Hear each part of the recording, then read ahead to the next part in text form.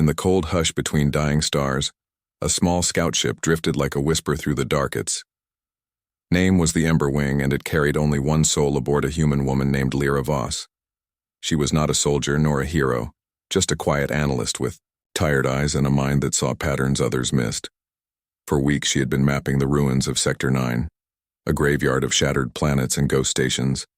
Most avoided this place, said it was cursed or empty. But Lyra felt something different, like a hum beneath silence, a rhythm hidden in the noise. The Emberwing's sensors picked up a signal unlike any other, not a distress call, not a beacon, just a soft, repeating melody that curled through static like smoke. It came every 17 hours, sharp and clean, and always in the same tone. Lyra played it over and over until it lived in her bones. She knew languages dead and living, but this one felt older than words. It tugged at her like a half-forgotten dream. After 3 cycles of listening, she traced the source not to a wreck, not to a station, but to a moon wrapped in shadow. It should not have been there. The star it orbited had collapsed centuries ago. Yet there it hung, cloaked in mist and silence. Lyra checked her weapons, though she carried only a sidearm and a knife. She powered down the Emberwing's engines and let it glide on residual momentum. The closer she got, the more the signal changed. Now it pulsed, not just in sound, but in light, faint ripples of blue shimmering across the moon's surface. She landed in a clearing of black glass, smooth as water and cold to the touch. The air was thin but breathable, scented with something like rain and burnt metal. Her boots made no sound as she stepped out. Before her rose a structure that defied, shaped towers of crystal twisted into spirals. Walls of living shadow breathed in and out like lungs. It was not built. It was grown, and standing at its entrance was a figure tall and slender, with skin like moonlit pearl threaded with silver veins. The woman had pointed ears and eyes that held galaxies. Her hair flowed like liquid night, and her bare feet left no mark on the glass. Coiled around her shoulders and down her back was a creature that looked like a dragon, but not as Lyra knew them. No scales of iron, no roaring maw. This one had smooth obsidian hide that shimmered with inner light and wings folded like folded paper. Its eyes were closed, but its chest rose and fell in slow rhythm. Lyra did not raise her weapon. Something in the stillness told her that violence would be meaningless here. The woman stepped forward, barefoot, silent, graceful. She did not speak yet. Lyra heard her not in ears, but in mind, a voice like wind through ancient trees. You came. The words were not words, but feelings. Images, a memory of a child reaching for a star. Lyra blinked and saw herself as a girl staring up at the sky, wondering if anyone out there felt alone too. Who are you? She thought back, not speaking aloud. The woman tilted her head as if tasting the question. I'm Nyxara, last daughter of the Sylthari. The dragon stirred, opening eyes the color of molten amber. It made no sound, but Lyra felt its presence like warmth on her skin. Sylthari, the name, meant nothing in human records, but deep in Lyra's blood, something stirred, a memory not her own. Why did you call me? Nyxara's gaze softened. Because the song only answers to those who can hear it truly. And you did not just hear it. You understood its sorrow. Lyra looked around the citadel. It pulsed gently, as if breathing. How long have you been here? Long enough to watch my world turn to dust, long enough to bury my kin one by one. The Voidborn took them all. They do not kill, they unmake. They steal memories until nothing is left but hollow shells. Lyra frowned. Voidborna. Hive of machines that believe emotion is weakness. They hunt beings with deep bonds because such bonds create powerful memories, and memories are their fuel. So, you sent a song to find someone who could feel it, not just feel it. Nyxara stepped closer, until only an arm's length separated them. The song was a test, and only a true heart can hear its plea, and only a willing soul can answer. Lyra swallowed.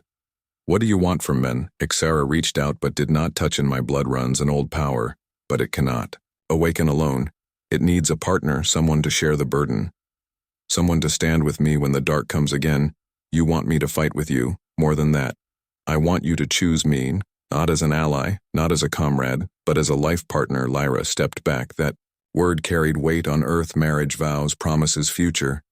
But here beneath a dead star with a silver-eyed alien and her silent dragon, it meant something else entirely. I barely know you, and yet you came. You followed a whisper across the void. You stood, here without fear. That is knowing enough. The dragon Kalen lifted its head and exhaled a breath that smelled of ozone and starlight. Looked at Lyra not with suspicion but with hope. Lyra thought of her life back on the fleet, endless reports, cold corridors, lonely meals. No one waited for her. No one remembered her laugh here in this impossible place. Someone saw her. Not as a tool, not as a number, but as a person. Why me? Because you are not afraid to be soft in a hard universe. Because your silence speaks louder than shouts, because your heart still beats for wonder. Lyra looked into Nyxara's eyes and saw not a stranger, but a reflection of longing, of courage, of quiet strength. What happens if I say yes? The bond form. So our minds will link, our blood will sing, and the weapon hidden in my lineage will awaken. But it is not a weapon of fire or steel. It is a song that can shatter lies and mend broken time. And if I say nothing, I will let you leave. The citadel will vanish, and the song will fall silent. Forever. Lyra turned to the Emberwing behind her only home for years, then back to Nyxara standing barefoot on glass with a dragon curled around her like a promise. She took a breath. Say yes. Nyxara's face lit with something like joy, but deeper, older, like a star finally finding its twin. Then she took Lyra's hand. Her skin was cool, but her touch sent warmth through Lyra's veins. They walked into the citadel, the walls parting like petals. Kalen followed, gliding soundlessly behind. Inside, there were no doors, no stairs, just flowing chambers filled with light that changed color with mood. The air hummed with energy, not electric but alive. Nyxara led her to a circular room open to the sky. In the center floated a drop of liquid light. This is the heart seed. It will bind us. Ho blood and breathe a drop from each of us, mixed in truth. Lyra nodded. Nyxara pricked her finger with a crystal shard. A single drop of silver blood fell into the light. Lyra did the same, her red blood swirling into the silver. The mixture glowed, then shot upward like a shooting star. Suddenly Lyra gasped. Images flooded her mind. A forest of singing trees, a city built on clouds, a war fought with music, and a dragon larger than mountains roaring a note that split the sky. She fell to her knees. Nyxara caught her. It is beginning. Lyra looked up. The world looked sharper, colors brighter, sounds clearer, and she could feel Kalen's presence not just near her but inside her mind, like a second heartbeat.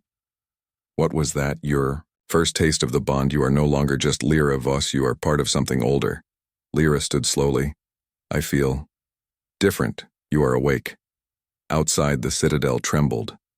The sky darkened, not with clouds, but with ships, sharp, angular shapes with no lights. No sound. The Voidborn already. How did they find us? The bond emits a resonance they cannot ignore. They will come fast and without mercy. What do we do? Run, but not like prey, like fire. Nyxara raised her hand. The citadel folded in on itself, vanishing into a single crystal no bigger than a palm. She tucked it into a pouch at her waist. Kalen lowered its head. Lyra climbed onto its back without thinking. Nyxara sat behind her arms, circling her waist. Hold on. The dragon leapt. Not into sky, but into something deeper, a fold in space where stars bent like grass. As they vanished, the first Voidborn ship fired. A beam of blackness that erased the glass clearing from existence, but they were already gone, on the Emberwing's abandoned deck. A single note played, from the comm, soft and clear. The same melody that started it all. Far away in the fold, Kalen flew. Lyra felt the wind not on her skin but in her soul. Nyxara's breath, warm against her neck. You chose me, she whispered. Lyra did not answer with words. She leaned back into the embrace, and for the first time in years she felt whole.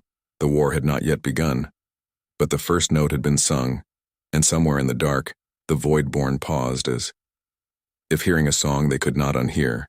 The fold spat them out near the Emberwing, still floating silent in the void. Lyra slid off Kalen's back, her legs unsteady, not from fear, but from the hum still buzzing in her bones. Nyxara landed lightly beside her eyes, scanning the dark like a hunter. The citadel crystal hung at her side, pulsing faintly as if breathing. Kalen coiled around them, both wings half spread ready. They boarded the Emberwing together. The ship recognized Lyra's biometrics, but now it flickered with new symbols on, the console glyphs that matched the ones Lyra had seen in her vision. Nyxara touched the main screen and the interface shifted colors, flowing like water, human tech and Silthari design, weaving into something new. We must move fast, she said. The Voidborn. Do not forget they do not tire. They will track the resonance of our bond. Lyra nodded and powered up the engines. The Emberwing shuddered, then surged forward smoother than before. As if the ship itself had woken up. For hours they flew through dead zones. Places marked on no map. Nyxara sat beside her, silent most of the time. But Lyra felt her thoughts like soft rain on glass. She learned without words that the Siltheri were not warriors by nature. They were keepers of memory, singers of truth. Their weapons were not guns but songs that could heal or unravel minds. The Voidborn hated them for it. Why did they start this war? Nyxara looked out the viewport at the endless black. Because we remembered what they tried to erase. Long ago, the Voidborn were not machines. They were a people who chose to abandon feeling. They built shells to live forever but lost their souls in the process. When they saw the Siltheri still thriving in love and grief, they called it weakness and decided to consume it. Lyra thought of Earth. How? Humans buried pain behind screens and schedules. Maybe the Voidborn were not so different. So the bond we shared is a weapon. It is a key. The last Siltheri queen hid a power deep in our bloodline. But it needs two hearts to unlock. One to hold the memory one. To give it voice, and you chose me. I did not choose you, Lyra. The song did. And you answered. Kaelin rested its head on the console. Amber eyes watching them both. Lyra reached out and touched its snout. Warmth spread up her arm like sunlight. Suddenly alarms.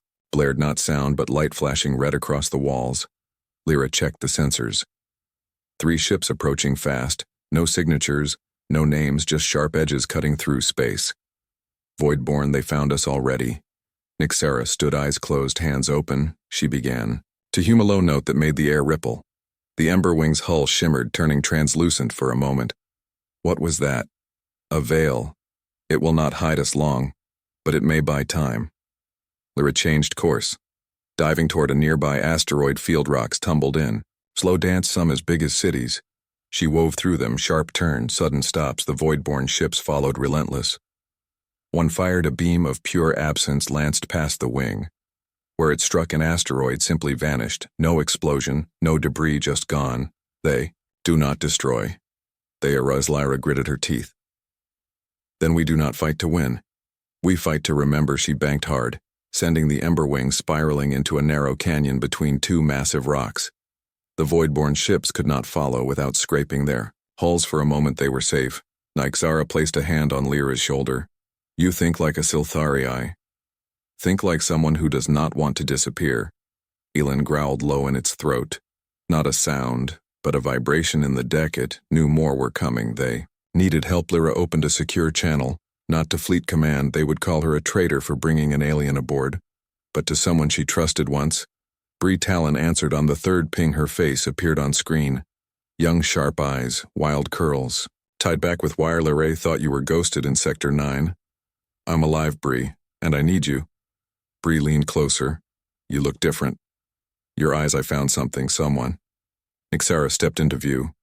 Bree did not flinch, just studied her like a puzzle. So that is the song I have been hearing on the edge of comms. You heard it too. Only fragments, but enough to know it was real. Lyra explained quickly. The Voidborn. The bond, the hunt. Bree listened without interrupting. I'm in, but I cannot bring a fleet. Command thinks. You went rogue. I do not need a fleet, I need you. Bree grinned. Then hold tighty. M2 jumps out. They met her near the rings of Varys. 7 Bree's ship. The dust skipper was small, fast patched together with love and spare parts. She floated over in a suit, patched with duct tape and hope. When she saw Kaelin, she did not scream or run. She reached out slowly. The dragon sniffed her hand, then rumbled a sound like distant thunder. She is good. Nyxara said. Bree nodded. I believe you. Aboard the Emberwing. Bree listened. To everything. No jokes, no sarcasm, just quiet focus. When Lyra finished, she leaned back. So the Voidborn are coming for your love in a way.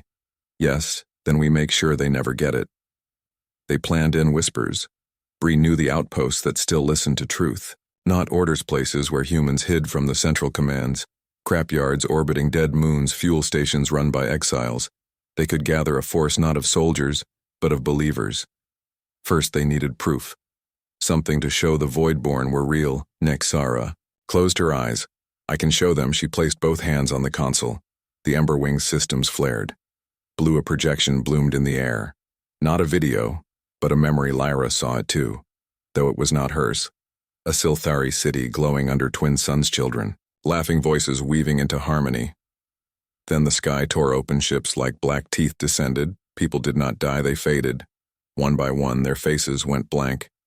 Their songs stopped, until only silence remained. Bree wiped her eyes. That is enough. They sent the memory to 3 trusted outposts within hours. Replies came not in words but in coordinates. Meet us at the nebula of weeping echoes. It was a graveyard of old battleships frozen in time, perfect for an ambush. On the way Lyra trained, Nixara taught her to listen. Not with ears but with blood, to feel the shape of lies in a signal. To sing a note that could shatter. Metal Kalen flew beside the Emberwing, sometimes brushing wings with the ship. Bree worked on weapons. Not bullets but resonant charges, tuned to the Voidborn frequency. If they could disrupt the hive mind even for seconds, it might be enough. On night, Lyra stood on the observation deck. Nixara joined her. You are afraid, not of dying, of forgetting. What if the bond breaks? It will not as long. As you choose me every day, it will hold. Lyra turned. Do you choose me? Every breath Kalen curled around them, both a living shield. They reached the nebula 3 days later. Clouds of violet gas swirled like ghosts. Wreckage from ancient wars floated like bonus. 7 ships waited. Not warships, but haulers, miners, medics, people who remembered what it meant to be human. Bree greeted them with a wave. Lyra. With silence. Nixara. With a bow. We do not ask you to fight, she said. We ask you to remember. A woman stepped forward, gray hair, eyes sharp as flint. My son was taken by something like this. They said he walked away, but his eyes were empty. Then we take back what was stolen. Plans formed fast. They would lure the Voidborn into the heart of the nebulas, the wreckage, to mask their signals, plant resonant charges on old hulls. When the Voidborn entered the trap, Bree would trigger them, and Nixara would sing. The night before the battle, Lyra could not sleep. She found Nixara on the roof of the Emberwing, staring at the nebula. What if we fail? Then we fall together. But we will not fail, because you are here. Lyra took her hand. For the first time, she did not feel alone. Dawn came not with light, but with tension. Sensors picked up movement at the edge of the nebula. 1 ship, then 3. Then 10th. The Voidborn had come. Bree's voice crackled over comms. They are taking the bait. Lyra piloted the Emberwing to the center. Nixara stood in the open hatch. Kalen beside her, wings spread. The resonant charges hummed, ready as the first Voidborn ship entered the field. Nixara began to sing, not loud, not sharp, but deep, a note that made the gas clouds ripple. The charges flared blue. Shock waves of sound tore through the Voidborn formation. For a moment their ships flickered, like a glitch. In reality, it worked. But then the largest ship fired, not a beam but a wave. Pulse of forgetting. Lyra screamed as memories slipped. Her mother's face, her first flight. Her name. Nixara grabbed her. Hold on, Lyra, remember. Michaelan roared, unleashing a breath of pure resonance. The wave shattered. But the dragon fell, its wings folded midair. It crashed onto the Emberwing's hull. Nixara ran to it. Kalen's eyes dimmed. Its breath shallow. Lyra felt the bond weaken like a thread snapping. She dropped to her knees. Breeze. Voice came desperate. They are regrouping. Nixara cradled Kalen's head, tears falling like silver rain. Lyra reached out. Their hand met Nixara's over the dragon's heart. Together they pushed, not with force but with memory, of forests of songs of home. Kalen stirred. One eye opened, but it was weak. The Voidborn advanced. We cannot win here. Lyra said. Then we run. Bree covered their retriever ship, weaving through fire, drawing their attention. The Emberwing fled into the deeper dark. Nixara held Kalen close. Lyra flew with shaking hands. They had struck a blow but not a victory, and the cost was heavy, as they jumped to safety. Lyra looked back. The nebula glowed faintly with the echo of Nixara's song. Somewhere out there, the Voidborn paused, not because they were hurt but because they had heard something they could not erase. Hope. And in the quiet of the Emberwing, Lyra held Nixara's hand and promised to remember always. The Emberwing limped through the dark, trailing smoke and silence. Kalen lay curled in the cargo bay, breathing slow and shallow. Each exhale dimmer than the last. Nixara never left its side. Her hands pressed to the dragon's chest, humming a low, broken, Tuna Lyra flew with stiff fingers, eyes fixed on the star chart, searching for a place to hide. They had lost the nebula, but not the war. Not yet. Bree's voice crackled over the comms, weak but steady. I lost 2 engines, but I am still breathing. They did. Not follow me far. Good, stay off. Grady will meet you at the old relay station near Helios. Drifted is abandoned but shielded. Lyra nodded, though Bree could not see. She adjusted course toward the edge of known space. The Ember Wing groaned around her systems, flickering from the memory pulse it had absorbed. Human tech was not made to hold Silthari song in the cargo bay, Nixara whispered to Kalen in a language of breath and light. Lyra felt the words in her bones not as sound, but as sorrow. The dragon had taken the full force of the Voidborn's forgetting wave to protect them, and now its spirit frayed like thread in a storm. When Lyra brought water and nutrient paste, Nixara looked up, eyes hollow.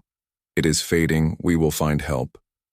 There is no help for this. Wounded is not of the body, but of the self. They stole its memory of flight. Lyra knelt beside her. Then we give it back. How be remembering for its? He placed her hand on Kalen's snout, closed her eyes and reached through the bond, not for power, but for feelings. He thought of the first time she saw it coiled around Nixara like living shadow, of its wings catching starlight, of the warmth in its amber eyes. Slowly, Kalen's breath deepened. A faint glow returned to its scales. Nixara touched Lyra's cheek. You are learning. They reached Helios Drift 3 days later. The relay station hung like a rusted bone against a red giant's glow. Bree was already there, patching her ship with scrap and stubbornness. She floated over as Lyra docked. Elin, not good. Bree did not ask more. She just nodded and handed Lyra a medkit modified with Silthari crystals she had salvaged from the nebula. Turns out, your song left echoes. I caught these in my filters. Nixara took them gently. Thank you. Inside the station they made a nest of old cables and thermal blankets. Bree rigged a power link to keep the Ember Wing alive. Lyra mapped the Voidborn movements from stolen data bursts. They were spreading, not hunting in packs but in waves, erasing outposts one by one. They know we are still out here. They fear the song. Bree chewed on a protein bar. So what is our next move? Lyra looked at Nixara, who still held Kalen's head in her lap. We need to wake the beacons. The old defense network. Is the Silthari built them long ago, hidden in dead stars and frozen moons. They respond only to true bond resonance, and you can trigger them if the bond holds. Kalen stirred weakly, lifting its head just enough to nudge Nixara's hand. She smiled, a small sad thing. It says it will try. Good enough. They spent 2 days repairing ships and spirits. Bree taught Lyra how to hotwire a plasma coil with a hairpin. Nixara taught Bree how to listen for lies in radio static. Kalen slept, but its glow grew steadier. On the 3rd night, Lyra dreamed, not of war, but of a child with silver eyes and human hands planting a seed in black soil. The seed grew into a tree that sang. When she woke, Nixara was watching her. That was my mother. Lyra sat up. You saw it too. The bond shares more than pain. Who was she? Keeper of the first beacons. She hid it before the fall, where in the eye of a dead star where time sleeps. Lyra knew the place sector. X7. A collapsed sun wrapped in eternal night. Fleet logs called it the Silent Heart. No one went there. Not even scavengers. We go there. Bree whistled when she heard that place eats signals for breakfast. But if it hides a weapon worth waking, I am in. They left at dawn by starlight, not sun. The Ember Wing and the Dust Skipper flying wing to wing. Kalen could not fly, but it lay on the roof of the Ember Wing spread, soaking in cosmic rays. The journey took 6 days, each one heavier than the last. Lyra felt the Voidborn searching not with ships, but with silence. Patches of space went quiet. No background hum, no distant pulsars, just nothing. They are draining the universe. Nixara stared into the black. They are making room for their emptiness. As they neared Sector X7, the stars vanished, not blocked but gone, as if erased from memory. The Ember Wing's sensors screamed. Then died. We are blind. Trust. The bond. Lyra closed her eyes and felt it, a pull not in space but in time, like a heartbeat from the end of the world. She steered by instinct. Bree followed her shadow. In the center hung the dead star, not black but gray, a hollow sphere of collapsed light, and around it floated 7 stones, each carved with Silthari runes. The beacons. Nixara stood at the viewport, tears tracing silver paths down her cheeks. They are sleeping. How do we wake them? With truth. Nixara opened the hatch space. Here had no air, no sound, but the bond held. She stepped onto the hull. Kaelin beside her, weak but standing. Lyra joined her. Bree. Watching from her ship, Nixara raised her hands and sang not a battle cry, but a lullaby, the song of a mother to a lost child. The beacons trembled, one by one they glowed, soft at first, then bright enough to hurt eyes. Light poured from them, not white, but every color at once. The dead star shivered. Deep inside, something answered. A pulse rolled through space. Not sound, not energy, but memory. Real memory, raw and unfiltered, of joy, of grief, of love that refused to die. Far away across the void, a void-born ship flickered. Its crew paused, hands hovering over controls. For the first time in centuries, they remembered what it felt like to cry. But the moment broke. Alarms flashed, not on ships but in minds. The void-born hive had felt the pulse too, and it was angry. They are coming. Fast. Bree cursed. How many? All of them. Lyra looked at Nixara. What do the beacons do? They do not fight. They remind. That is enough. They fled, as the beacons blazed behind them, casting light into the hollow places. The Emberwing shook as reality itself rippled back at Helios drift. They found others waiting, not just the outposts from the nebula, but Morea, medic from Gamma, Nina, miner from the ice belts, a teacher who taught children star names. They had felt the pulse too. We remember now, they said. Lyra stood before them, not as a soldier but as a witness. The Voidborn are coming to silence us again. But we will not be silent. Plans formed. In quiet voices they would not hide. They would stand. Bree mapped the approach vectors. Nixara tuned the beacons to resonate with human tech. Lyra taught them how to hold memory in their hearts like armor. Kaelin rested, but its eyes stayed open, watching. The day before the storm, Lyra found Nixara on the station's outer rim. Are you afraid? Yes, O am. Nixara leaned into her. Then we are strong in the dark. The first Voidborn ship appeared, then 10, then 100, a tide of teeth and silence. But this time, humans stood ready. Ships formed a ring around Helios drift, not with guns but with speakers, with open comms, with songs. Nixara stepped to the front. Kaelin at her side, wings half spread, Lyra beside her, hand in hers. The Voidborn fire. A wave of forgetting rolled toward them, and the humans sang back. Not one voice, but thousands. Old lullabies, war chants, love poems. Every memory they refused to lose. The wave broke. Kaelin lifted its head and roared, a sound that split the dark. The beacons flared, and for the first time, the Voidborn retreated, not because they were defeated, but because they were afraid.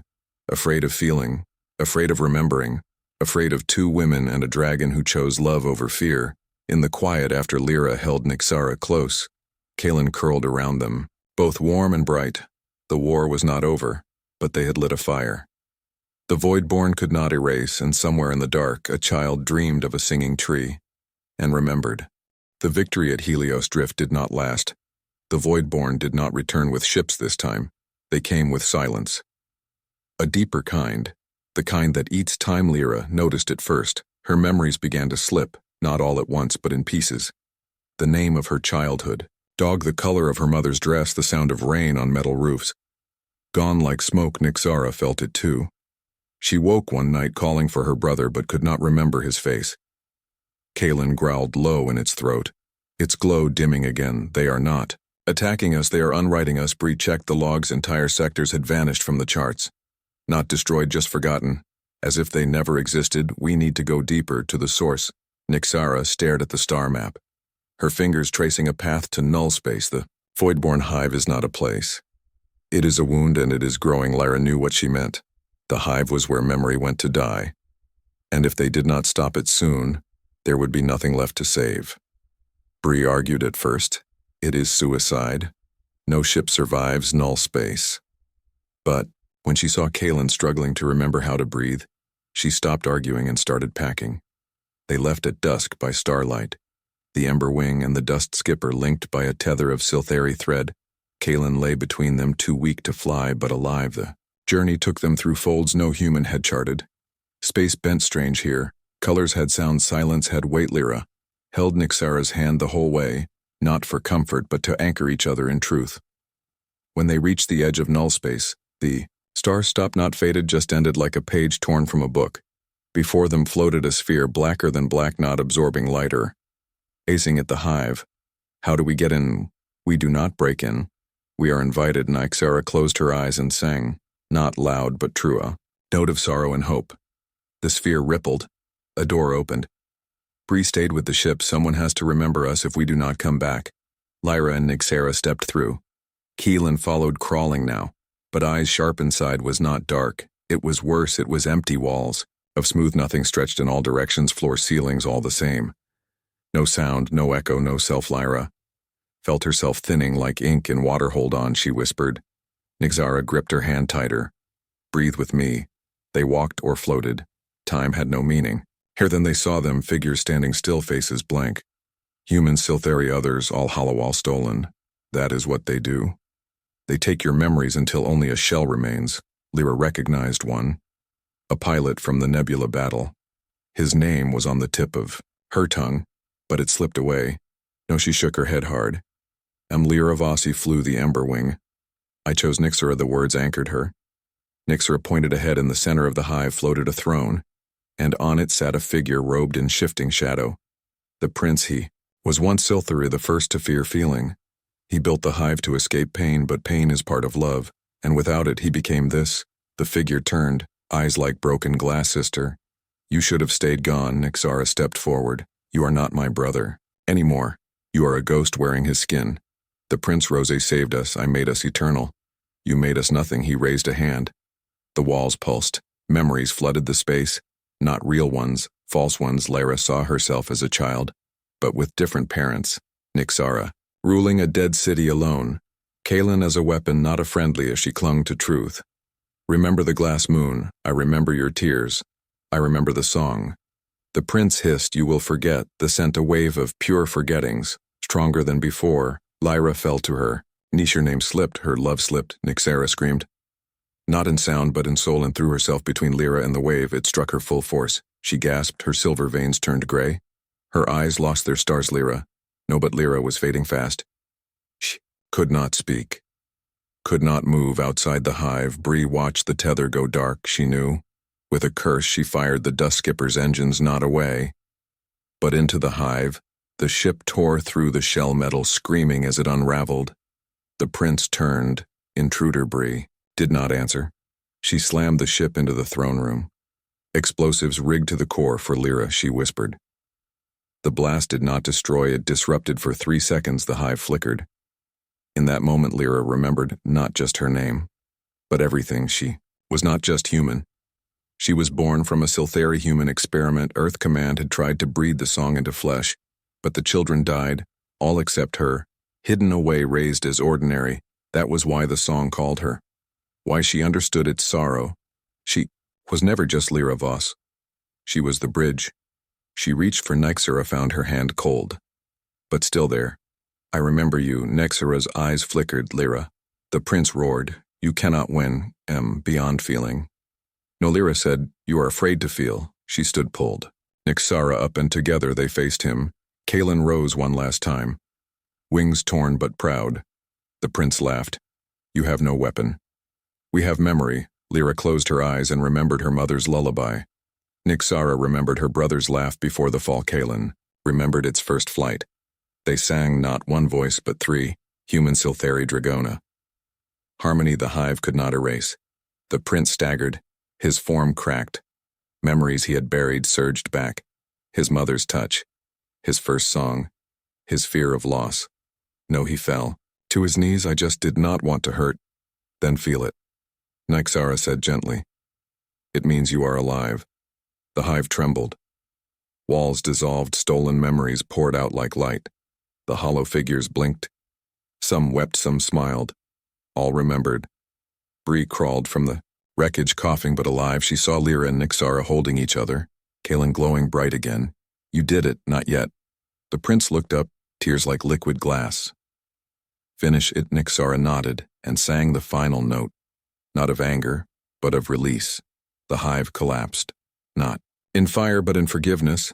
They floated in the quiet afterstars, returning one by one. Bree helped them back to the ship. Kaelin walked now slow but steady as they left null space. Lyra looked at Nixaray. Know who I am now, and I know who you are, not just a partner, but Homebrew patched the Emberwing with hope and wire. They flew toward the light behind them. The void-born ships hung still, no longer hunting, just waiting for someone to remember them too. The war was not over. But the heart of the hive was healed, and, in the dark, 2 women and a dragon carried the first true memory back to the stars. The Emberwing drifted through calm space far from war and warning, its hull still scarred from null space, but humming with a quiet song inside. Lyra sat at the console watching stars blink like distant promises. Nixara rested near the viewport. Kaelin curled at her feet, wings folded like folded paper. Bree floated in from the cargo bay holding 3 mugs of synth tea, steam curling in 0 Gui made it. For Nobri handed a mug to Lyra. You look tired. I am not tired. I am full of what memory they had. Returned from the hive, changed, not healed but whole. The voidborn armada had not vanished, but it no longer hunted. Their ships hung in silence as if listening, waiting for a song they almost remembered. Back at the outposts, people gathered not in fear, but in wonder. The beacon still glowed, casting soft light on faces that smiled without knowing why. Children drew pictures of dragons with silver eyes. Pilots played old songs on broken comms just to feel. But Earth Command did not sing. A message came. 3 days after the hive fell, cold sharp official subject Lyra Voss. You are ordered to return the alien entity Nixara to fleet custody. She is classified as a strategic asset. Bree. Spada set. Nixara did not flinch. They see power, not person. Lyra deleted the message, then wiped the comms clean. We are not going back. Where do we go? Somewhere they cannot map, somewhere quiet. Kaelin lifted its head and rumbled a low note, a direction. Not a word. Lyra smiled. You know a place. The dragon blinked once. They left that night not in haste but in peace. Bree stayed behind to guard the outposts. Someone has to keep the song alive here. She said, but I will find you when the stars align. Lyra hugged her tight. Thank you for remembering us. Bree grinned. Always. The Emberwing jumped into the deep fold, Kaelin guiding the path with breath and instinct. They flew for weeks through uncharted drifts past nebulae that hummed lullabies and asteroids shaped like sleeping beasts. Finally they reached it, a small moon wrapped in blue mist, orbiting a gentle red dwarf. No name on any chart, no signal. No trace. Perfect. They landed in a meadow of silver grass that chimed when touched.